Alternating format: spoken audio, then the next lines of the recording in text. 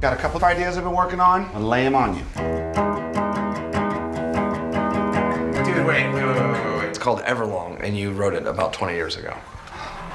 Over the last 20 years, the Foo Fighters have found a way to continuously stay relevant by sharing their love for rock and roll with the entire world. They've done some of the most outlandish creative things possible that nobody would expect a band to do, and it comes no surprise to see them come out with a crazy horror film that is based on a dream by lead singer Dave Grohl. But how well does it stand with the many other horror movies out there? Or is it just a dumb attempt at a band making a movie because they just can? Do you guys get this overwhelming sense of death? Whoa. Doesn't really seem like the right fit. Whoa. Studio 666 focuses on the Foo Fighter guys figuring out how they can make their 10th album special by not recording it in some studio like all the others, but instead somewhere more unique. Their record producer manages to find them this Encino mansion that suits them perfectly, so they move in to record the album. But once they've moved in, Dave Grohl finds himself struggling to write any songs throughout his stay there, until he stumbles upon a supernatural site that beholds such great power that it threatens not only the completion of the album, but the band's lives as well. Oh my god!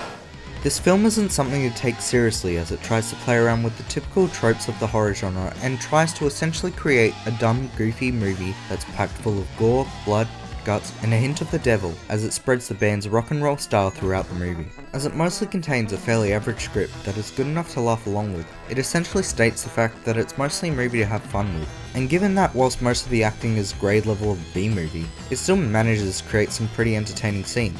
As each of the band members are given some pretty basic comedic stereotypes for each of their roles, it creates the majority of scenes having some rather memorable moments, and makes a fairly enjoyable movie as you primarily have fun with the silly antics that play out in the film.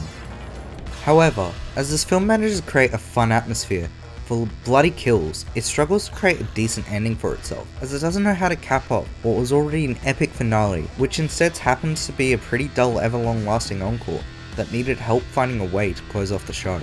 Let's finish the track. Can't we just wait, dude? Play the drums.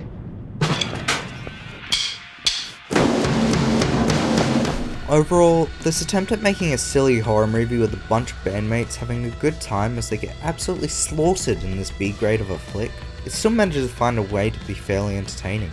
As whilst written by an underlying average script, a bunch of celebrity cameos, and shows off some epic special effects, it's a fun, goofy little horror movie that is fairly entertaining and worth checking out in cinemas, whether you're a Foo Fighters fan or not. Yeah, it's killer. You can catch Studio 666 playing for a 1-week limited release in cinemas now. Here you go, man. Finish the song. You did.